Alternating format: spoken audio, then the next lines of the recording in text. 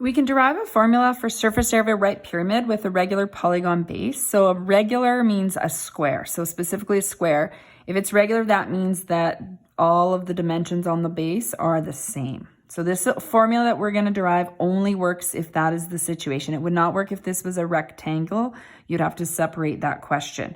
So for this formula, we're still going to take what we'd done in question one. Example one, we had found the area of the base. And then we had found the area of the triangle, and we knew we had to times it by 4 triangles. So keep in mind here, we're going to kind of change some variables up. So slant height, we call S, is along here. That's different than height. Height would be from the top of we call that the apex. I always think if it was like in the middle of your tent and you're standing in the tent, that would be down to the center. It's going to be a little bit shorter than your slant height here. Okay, so your slant height is this distance, and we're just going to call this width for right now, so we're not kind of confused with what that is. So our area of the base and then our area of triangle formula we're familiar with. So the area of the triangle then, if we take a look at this, our base, instead of calling it the base, we're going to use the variable W. Instead of dividing by 2, we're going to call this 1/2.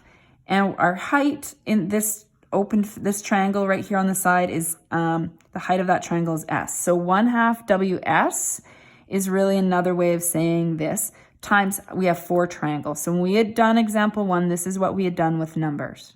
Okay, if we were to rearrange this formula, okay, we could put the 4 out front here. And so then it's 4 times 1/2 WS.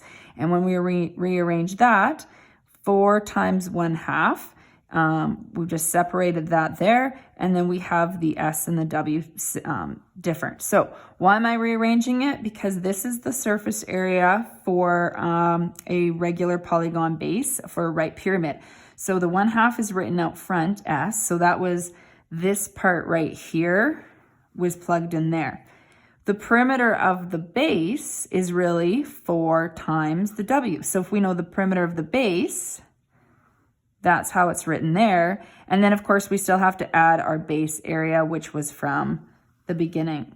So this is the formula that we can use now. Instead of separating everything, we can do this in one step now. Perimeter, remember, is the distance around the base. Okay, so as long as we have this base information, we can figure this out. Keep in mind the lateral area would be the area around the top and not including the base. Now, good news is you don't have to remember or memorize how this formula came about because it is on your formula sheet right here. So to find the surface area, you're going to go 1/2 times the slant height times the perimeter of the base, add that to the area of the base.